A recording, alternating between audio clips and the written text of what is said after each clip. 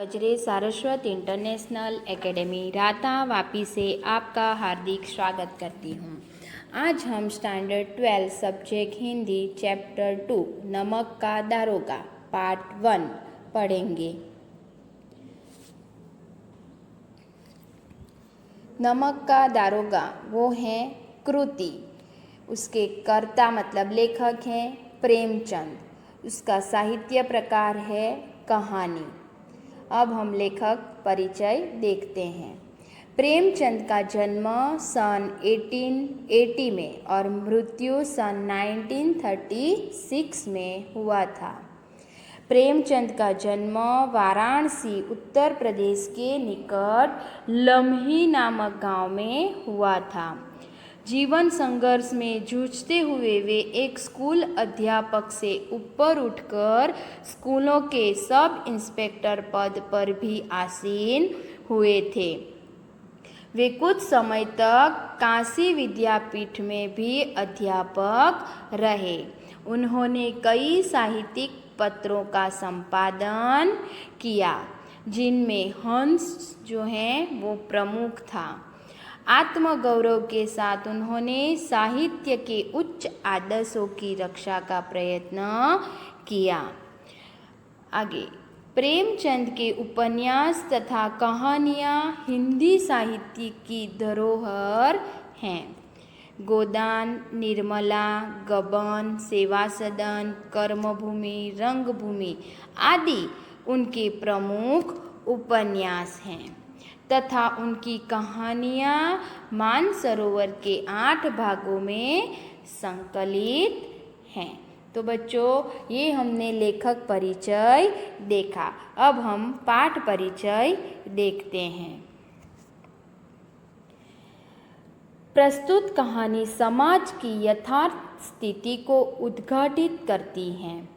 मुंशी वंशीधर एक ईमानदार और एक कर्तव्यपरायण व्यक्ति हैं।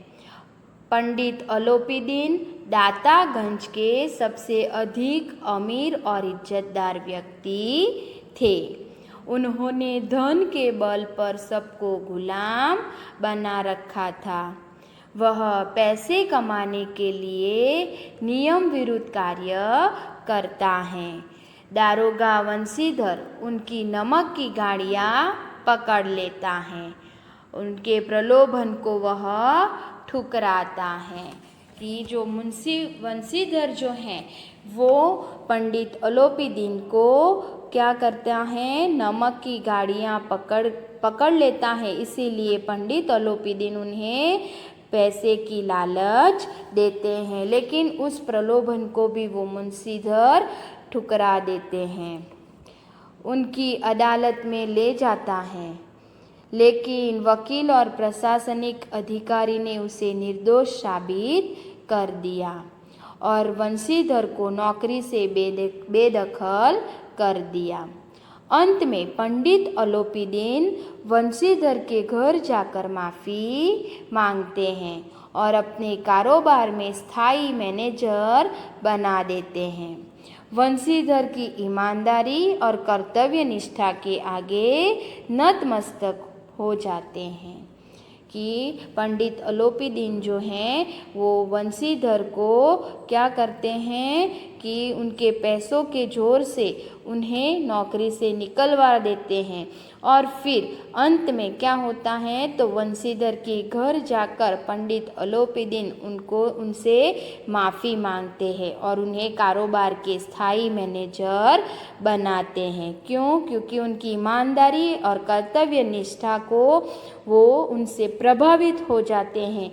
इसीलिए वो उन्हें अपने कारोबार के स्थायी मैनेजर बना देते हैं। अब हम लेसन देखते हैं। जब नमक का नया विभाग बना और ईश्वर दत्त वस्तु के व्यवहार करने का निषेध हो गया, तो लोग चोरी छिपे इसका व्यापार करने लगे। अनेक प्रकार के छल प्रपंचों का सूत्रपात हुआ। कोई घूस से काम निकालता था तो कोई चालाकी से, कि जब नमक के नए विभाग में ईश्वरदत्त जो थे वो ईश्वरदत्त वस्तु के व्यवहार करने का वो क्या करने लगे, निषेध करने लगे। और लोग जो हैं वो चोरी करने लगे, किसी भी तरह से वो क्या करने लगे, छल प्रपंच करके, घूस करके, वो उन चालाकी से वो कुछ न कुछ करके उन नमक की चोरी करने लगे। अनेक प्रकार के छल प्रपंचों का सूत्रपात हुआ। कोई घूस से काम निकालता था तो कोई चालाकी से। अधिकारियों के पो 12 थे। अधिकारियों के पो 12 थे। पो 12 मतलब मुहावरे का अर्थ है। पो 12 होना मतलब क्या, लाभ ही लाभ होना, कि इसमें अधिकारियों को लाभ ही लाभ था। पटवारीगिरी का सर्वसम्मानित पद छोड़ छोड़कर लोग इस विभाग की बरकंदाजी करते थे, कि जो पटवारीगिरी की जो सर्वसम्मानित पद था उसे छोड़कर लोग इस पद पर आने के लिए क्या करते थे, बरकंदाजी करते थे, पड़ापड़ी करते थे। इसके दारोगा पद के लिए तो वकीलों का जी भी ललचाता था, कि नमक के दारोगा बनने के लिए वकील जो थे वो वकील के जी भी ललचाते थे। यह वह समय था जब अंग्रेजी शिक्षा और ईसाई मत को लोग एक ही वस्तु समझते थे। फारसी का प्राबल्य था। प्रेम की कथाएं और श्रृंगार रस के काव्य पढ़कर फारसीदा लोग सर्वोच्च पदों पर नियुक्त हो जाया करते थे, कि जो अंग्रेजी शिक्षा और ईसाई मत की जब लोगों के अंदर समझ थी तब फारसी का भी प्राबल्य था, मतलब फारसी भाषा भी लोग क्या करते थे, सीखते थे। और प्रेम की कथाएं और श्रृंगार रस के काव्य पढ़कर फारसीदा मतलब फारसी जानने वाला, फारसी जानने वाले जो लोग हैं वो भी पदों पर नियुक्त हो जाया करते थे। मुंशी वंशीधर भी जुलेखा की विरह कथा समाप्त करके मजनू और फरहाद के प्रेम वृत्तांत को, नल और नील की लड़ाई और अमेरिका के आविष्कार से अधिक महत्व की बातें समझते हुए रोजगार की खोज में निकले। उनके पिता एक अनुभवी पुरुष थे। जो मुंशी वंशीधर थे उनके जो पिता थे वो एक अनुभवी व्यक्ति थे। समझाने लगे, बेटा घर की दुर्दशा देख रहे हो, ऋण के बोझ से दबे हुए हैं। उनके पिता उन्हें क्या कहते हैं कि बेटा तुझे पता है हम अपने घर की दशा कैसी है, और हमारे घर की जो दशा है वो पूरी ऋण में दबी हुई है, मतलब उनके सिर पर ऋण का बोझा था। लड़कियां हैं वह घास फूस की तरह बढ़ती चली जाती हैं, कि उनके घर में जो लड़कियां हैं वो भी बड़ी हो रही हैं, इसीलिए उनके पिता को उनकी चिंता हो रही है। मैं कगार का वृक्ष हो रहा हूँ, न मालूम कब गिर पड़ूँ। कि उनके पिता क्या कहते हैं कि मैं तो एक कगार मतलब एक नदी किनारे जो खड़ा वृक्ष होता है मैं तो उस खड़ा का वृक्ष हूँ जो मैं तो कभी भी गिर सकता हूँ। अब तुम ही घर के मालिक मुख्तार हो, अब तो तुम ही घर के मालिक हो, अब सारी जिम्मेदारी तुम्हारी है। नौकरी में ओहदे की ओर ध्यान मत देना। ओहदा मतलब पद। उनके पिता उन्हें क्या कह रहे हैं, उनके अनुभव से वो उनके बेटे को समझा रहे हैं कि नौकरी जो मिले तो नौकरी में तुम्हें पद के ऊपर ध्यान देना नहीं है कि तुझे कौन से पद की नौकरी मिली। पीर का मजार है, निगाह चढ़ावे और चादर पर रखना चाहिए। कि क्या कहते हैं कि नौकरी तो एक पीर की मजार है, लेकिन हमारी निगाह जो है वो हमें किस पे रखनी चाहिए, चढ़ावे और चादर पर रखनी चाहिए, मतलब जहाँ से ज़्यादा लांच रिश्वत हमें मिल सके ऐसी नौकरी में हमें ध्यान देना चाहिए, ऐसा उनके पिता उन्हें कह रहे हैं। ऐसा काम ढूंढना जहाँ कुछ ऊपरी आय हो, कि उनके पिता क्या कहते हैं कि कुछ ऐसा काम आपको करना है, उनके बेटे को कह रहे कि कुछ ऐसा काम तुझे ढूंढना है कि जहाँ से तुझे ऊपरी आय, ऊपरी मतलब रिश्वत तुझे मिल सके, मासिक वेतन के अलावा तुझे रिश्वत भी प्राप्त हो सके, जिससे हम अपने घर का खर्चा निकाल सके। आगे, मासिक वेतन तो पूर्ण मासी का चांद है। उनके पिता का कहना है कि जो मासिक वेतन मिलता है हमें, वो तो एक पूर्ण मासी का चांद है कि जब उन्हें हमें प्राप्त होगा तो वो तो दूसरे दिन से ही खर्चे के हिसाब से वो तो घटता जाता है। जो एक दिन दिखाई देता है और घटते घटते लुप्त हो जाता है। ऊपरी आय बहता हुआ स्रोत है। ऊपरी आय क्या है? बहता हुआ स्रोत, मतलब जो रिश्वत प्राप्त होती है वो तो हमें पूरे महीने, मतलब पूरा टाइम जब तक हमारी नौकरी चलती है तब तक हमें रिश्वत प्राप्त हो, तो वो तो हमारी एक क्या है, अलग से हमारी आमदनी बनती है, जिससे हम अपना खर्चा निकाल सके। बाकी मासिक वेतन पे हम अपना खर्चा निकालने बैठे तो वो उनकी घर की पूरी जिम्मेदारी देखें तो बहुत ज़्यादा है। इसीलिए उनके पिता उन्हें समझा रहे हैं कि मासिक वेतन में हमारा कुछ नहीं होगा, वो तो एक पूर्णमासी का चांद है कि एक दिन दिखाई देगा, फिर बाद में तो वो घटते घटते समाप्त हो जाएगा। लेकिन ऊपरी आय जो है वो तो हमारे लिए बहता हुआ एक स्रोत है, जिससे सदैव प्यास बुझती है, कि जो ऊपरी आय है उससे हमें हमेशा प्यास बुझती है। वेतन मनुष्य देता है, इसी से उसमें वृद्धि नहीं होती। कि क्या कहते हैं उनके पिता, जो वेतन है वो तो हमें मनुष्य देता है, इससे उसमें कोई वृद्धि नहीं होती, और ऊपरी आमदनी ईश्वर देता है, इसी से उसमें बरकत होती है। उनके पिता का कहना है कि वो हमें जो रिश्वत मिलती है वो तो हमें भगवान देता है और इसीलिए उसमें बरकत होती है। तुम स्वयं विद्वान हो, तुम्हें क्या समझाऊं, इस विषय में विवेक की बड़ी आवश्यकता है। मनुष्य को देखो, उसकी आवश्यकता को देखो और अवसर देखो, उसके उपरांत जो उचित समझो करो।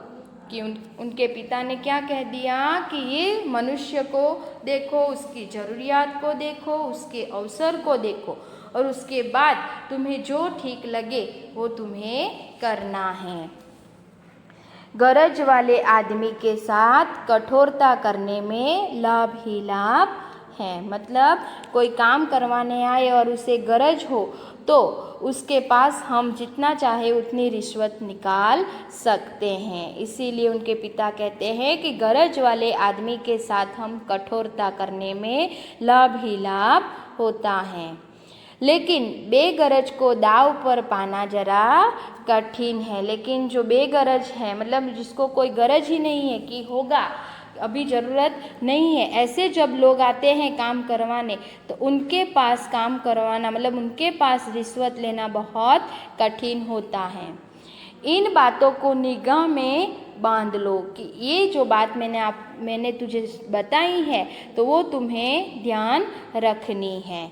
यह मेरी जन्म भर की कमाई है। उनके पिता क्या कहते हैं कि ये जो बातें मैं तुझे बता रहा हूँ ये मेरी पूरे जन्म की एक कमाई है। इस उपदेश के बाद पिताजी ने आशीर्वाद दिया। वंशीधर आज्ञाकारी पुत्र थे।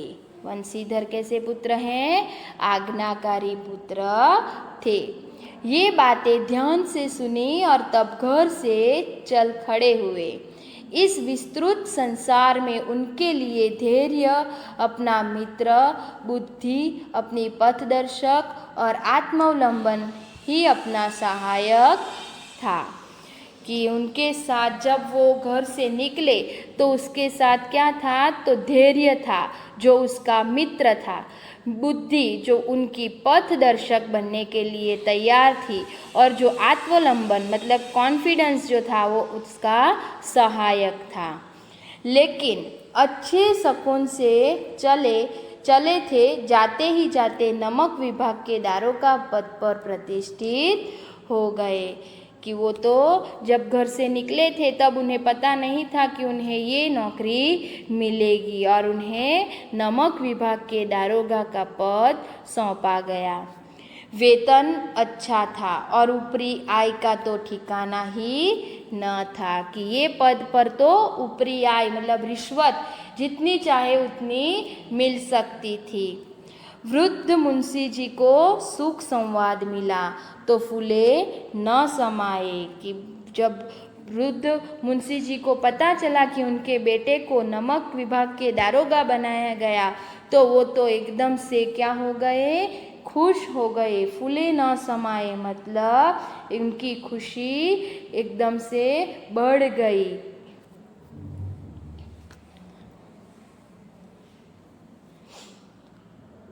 महाजन लोग कुछ नरम पड़े, कलवार की आशालता लहलहाई। कि कलवार मतलब पुराने समय की जो शराब बेचने वाली जाति है। कलवार का क्या है, पुराने समय की शराब बेचने वाली जाति।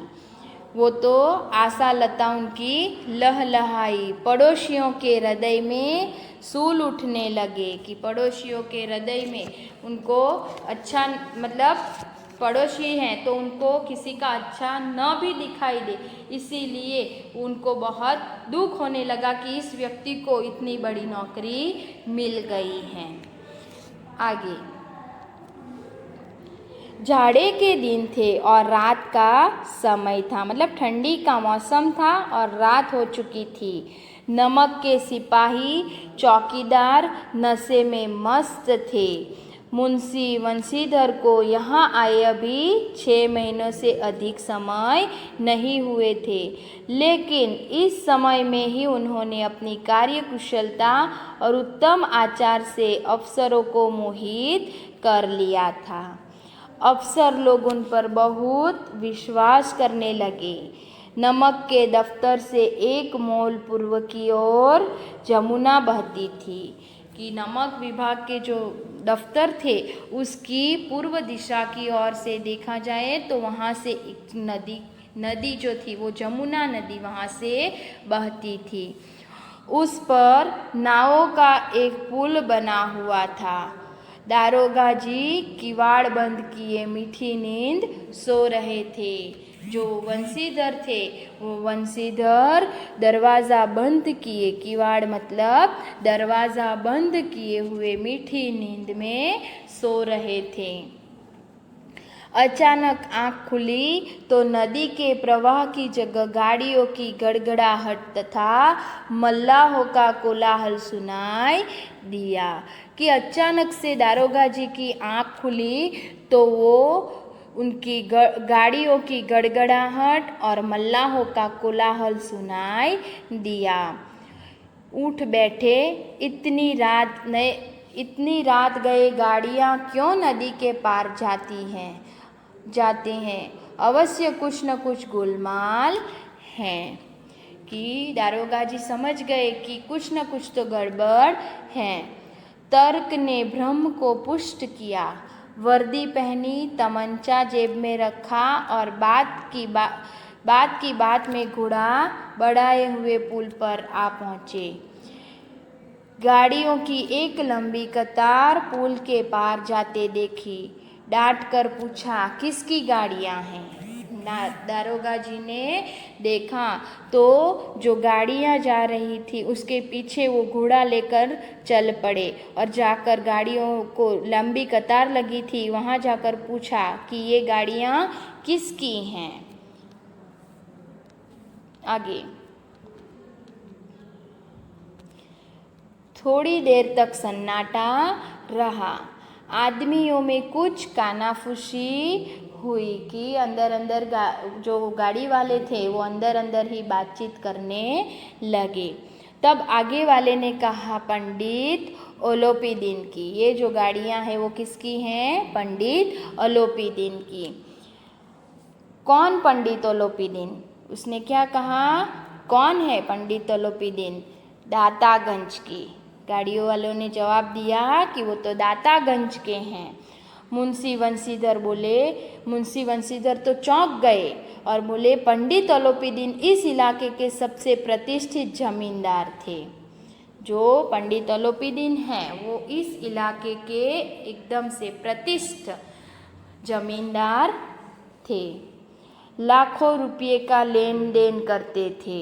उनका कामकाज था लाखों रुपये का लेन देन करना। इधर छोटे से बड़े कौन ऐसे थे जो उनके ऋणी न हो, कि सभी लोगों का कर्ज जो था वो पंडित ओलोपीदीन के पंडित ओलोपीदीन के पास ही उन्होंने कर्ज लिया था। सभी लोग उनके ऋणी थे। व्यापार भी बड़ा लंबा चौड़ा था। पंडित ओलोपीदीन का जो व्यापार था वो भी बहुत फूला फाला था। बड़े चलते पुर्जे आदमी थे। अंग्रेज अफसर उनके इलाके में शिकार खेलने आते और उनके मेहमान होते थे। 12 मास सदाव्रत चलता था, 12 महीने उनके यहाँ सदाव्रत, जो आए वो उन्हें जो चाहिए वो उन्हें दे देते थे। मुंशी जी ने पूछा, गाड़ियाँ कहाँ जाएगी? उत्तर मिला, कानपुर। कहाँ जा रही हैं गाड़ियाँ? कानपुर।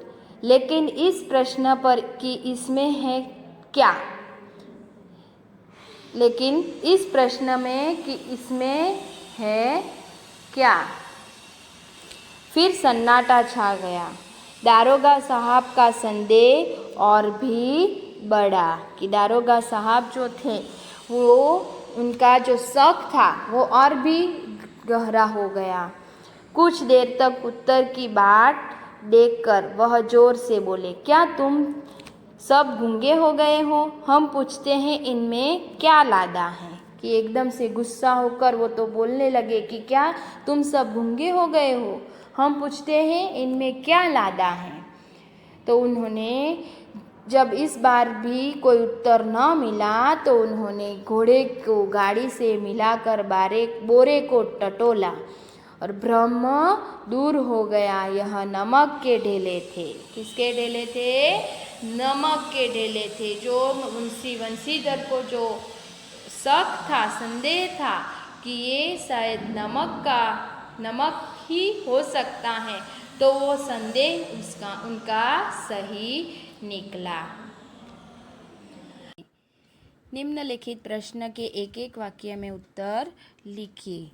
प्रश्न 1, बंशीधर किस विभाग के दारोगा थे? तो बंशीधर नमक विभाग के दारोगा थे। सेकंड प्रश्न, बंशीधर ने पुल पर क्या देखा? तो बंशीधर ने देखा कि गाड़ियों की एक लंबी कतार पुल के पार जा रही है। क्या देखा? तो गाड़ियों की एक लंबी कतार पुल के पार जा रही हैं। सेकेंड, 2-3 वाक्य में उत्तर लिखिए। उसका फर्स्ट प्रश्न है, वृद्ध मुंशी जी क्यों फूले न समाये? तो मुंशी जी के पुत्र अच्छे शकुन से घर से चले थे और जाते ही जाते नमक के दारोगा पद पर उनकी नियुक्ति हो गई और अच्छा वेतन और अच्छी ऊपरी आय मिलने वाली थी। इसीलिए वृद्ध मुंशी जी को जब यह सुखद संवाद मिला तो वे फूले न समाये। कब फूले न समाये? तो उनके पुत्र जब घर से निकले तो उन्हें नमक दारोगा का पद उनके लिए नियुक्त हुए और उनको अच्छा वेतन और अच्छी ऊपरी आय मिलने वाली थी और उस बात का वृद्ध मुंशी जी को पता चला, तब वे फूले न समाये। सेकंड प्रश्न, वंशीधर रात को जमुना नदी पर क्यों गए?